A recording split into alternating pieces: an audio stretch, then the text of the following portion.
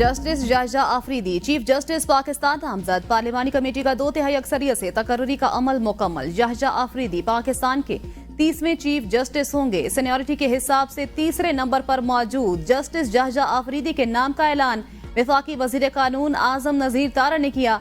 वजीर कानून आजम नजीर तारा ने कहा, कोशिश की अपोजिशन भी शामिल हो। इजलास मौखर किया गया। 1.5 घंटे तक तीनों जजेस पर तफसील से बहस हुई। हलफ पर हूँ, कमेटी में होने वाली गुफ्तगू बयान नहीं कर सकता।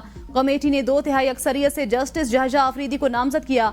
कमेटी ने कसरत राय से नए चीफ जस्टिस जायजा आफरीदी के इंतखाब के फैसले से वजीर आजम को आगाह किया। वजीर आजम शहबाज शरीफ ने नए चीफ जस्टिस जायजा आफरीदी की तैनाती के लिए एडवाइस सदर मुमलिकत आसिफ अली जरदारी को भिजवाई। सदर मुमलिकत आसिफ अली जरदारी वजीर आजम की एडवाइस की तौसीक करते हुए नए चीफ जस्टिस की तकर्रुरी की मंजूरी देंगे। डेरा इस्माइल खान में पैदा होने वाले जस्टिस जायजा आफरीदी ने 1990 में हाई कोर्ट के वकील की हैसियत से प्रैक्टिस शुरू की। 2004 में सुप्रीम कोर्ट के वकील बने। जस्टिस जायजा आफरीदी ने खैबर पख्तूनख्वा के लिए बतौर असिस्टेंट एडवोकेट जनरल खिदमात भी सर अंजाम दी। 2010 में पेशावर हाई कोर्ट के एडिशनल जज मुकर्रर हुए। 2012 को मुस्तकिल जज मुकर्रर हुए। 30 दिसंबर 2016 को पेशावर हाई कोर्ट के चीफ जस्टिस बने। 28 जून 2018 को सुप्रीम कोर्ट के जज मुकर्रर हुए। सुप्रीम कोर्ट में मुख्तलिफ मुकदमात की समाअत की और कई लार्जर बेंचेस का हिस्सा भी रहे। मखसूस नशिस्तों के केस में इख्तिलाफी नोट भी तहरीर किया। जुल्फिकार भुट्टो की फांसी के खिलाफ सदारती रेफरेंस पर सुप्रीम कोर्ट के 9 रुकनी लार्जर बेंच का हिस्सा भी रहे। Supreme court practice and procedure ordinance 2024 की 3 रुकनी जजेस कमेटी में शामिल होने से माजरत की थी।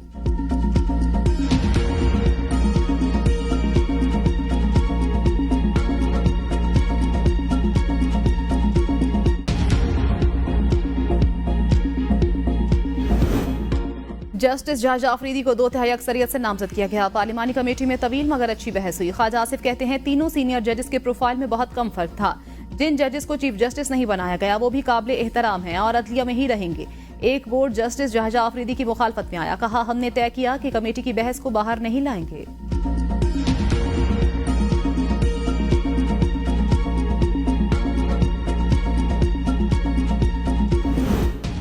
हतमी फैसला आने तक मखसूस नशिस्तों का फैसला बाइंडिंग नहीं, इसलिए तौहीन अदालत की कार्रवाई भी नहीं हो सकती। मखसूस नशिस्तों के केस में अपीलों का हतमी फैसला हुआ ही नहीं। चीफ जस्टिस काजी फाजीसा और जस्टिस जमाल मधुखैल का मखसूस नशिस्तों के केस पर इख्तिलाफी नोट। चीफ जस्टिस ने लिखा, अक्सरियती जजेस ने वजाहत की, दरखास्तों की गुंजाइश बाकी रखी।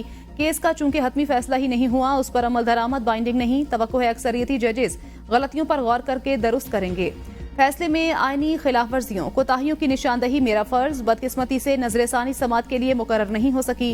अक्सरियती फैसले देने वाले अपनी गलतियों का तदारुक करेंगे। उम्मीद है अक्सरियती जजेस यकीनी बनाएंगे आइन के मुताबिक पाकिस्तान को चलाएं।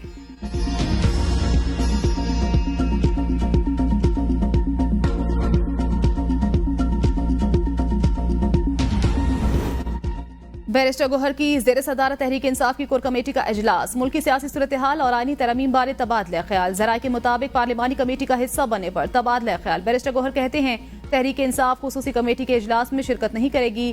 स्पीकर ने मुझे बुलाया। अहसन इकबाल और कामरान मुर्तजा भी शरीक थे।